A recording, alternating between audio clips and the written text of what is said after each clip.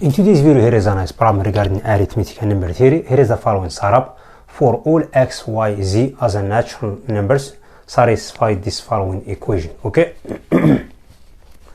We get this product: x is multiplied by x plus 2 plus y is multiplied by y plus number 4 plus z is multiplied by z plus 6 equals 385 plus 2ab. Okay. So with GCD of EB equals 2. Okay. So where is E and B as natural number as well? Okay. So I would be recommend to give the hand source from pre-again solution. Go ahead, pause this video when you are come back to self solution. Okay. By the way, don't forget to hit the subscribe button and support the channel. Like, comment, and subscribe. Now let's jump into the solution. So I'm going to distribute this one out first. So I get the following. I get x squared here plus twice 2x plus 2 times x. I'm going to leave this one. I'm going to leave this empty gap. Moving on to the second term.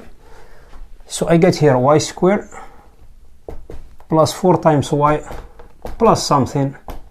And moving on to the last term, which is z squared plus 6 times z plus something, which equals this term, 385 plus 2ab. Okay. So first term, second term, and third term are going to be a perfect square, but it's missing something. We are going to add that term that's missing. Okay. Let's go to add number 1 here. Let's add number 4 here. Let's add number 9 here. Okay.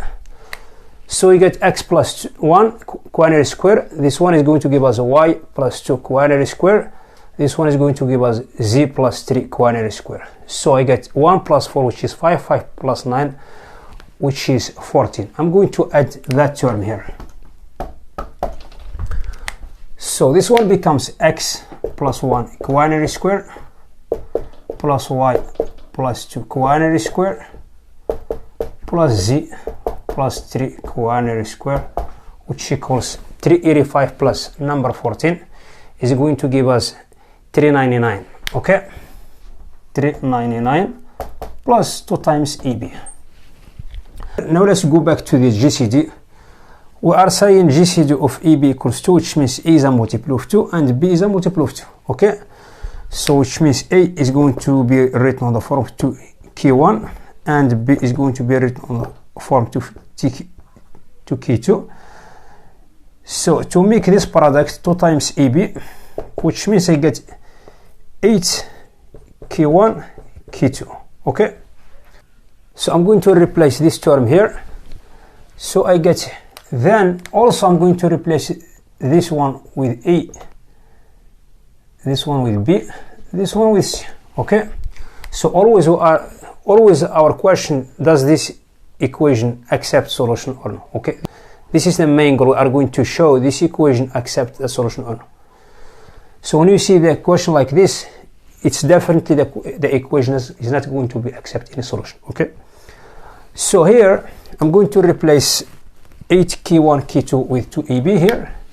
So I get 399 plus 8 times K1 and K2. Where is K1 and K2 are the natural numbers. Okay. So I get the following: get A squared plus B squared plus C squared equals this term. As you know, 399 is always 399 equals 4 times is multiplied by 99 plus number 3 plus 8 times K1 K2.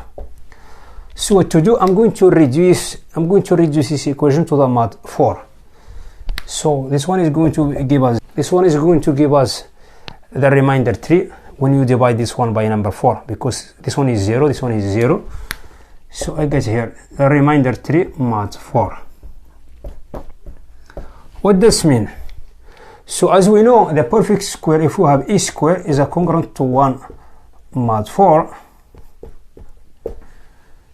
This one implies A is a odd. But we have 3 of these. You have A square plus B square plus C square. So if you add each one of this, is going to give us 3 as a remainder. Okay. We cannot have any even integer here, because if 1 is even, we wouldn't have number 3, we would have number 2 here. Okay. If you have two even integers, I would have only one remainder here because the other one is odd. It's impossible since we have number 3 here. So this one is telling us A and B and C are odd. Okay, what does this mean? We have another theorem. If we have A square is a congruent to 1 mod 8 also. If we have A is odd. Because if you take example number 3 square, you get 9. 9 you get number 1 always mod 8. Okay, when you divide 9 by number 8, you get 1 as a remainder. Also, if you take 5 square as an odd integer, you get 25. 25 is 1 more 24. Okay, so what does this mean? This one is telling us A square plus B square plus C square is always is a congruent to 3 mod 8. So back to the original equation here, I'm going to reduce this equation to the mod 8. Okay, so we are going to take this one as an official statement, statement number 1. Let's build statement number 2 based on this equation that we have here. So also, if you take a look at 399, 399 is the same as 8 is multiplied by 49 plus number 7.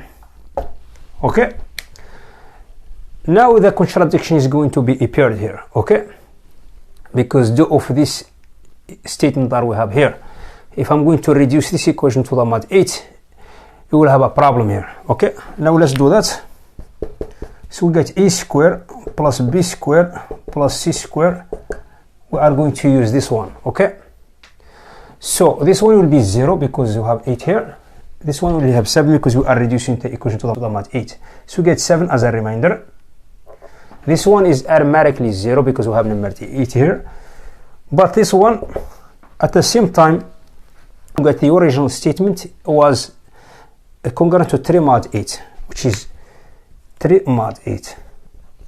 This one is definitely, it's impossible to be like this because you have two different reminders. You have number 7 and number 3, which is a contradiction. Okay, which means this equation doesn't accept any solution. Okay, so by the way, don't forget to subscribe and support the channel. Thank you for watching. I will see you next video. Bye.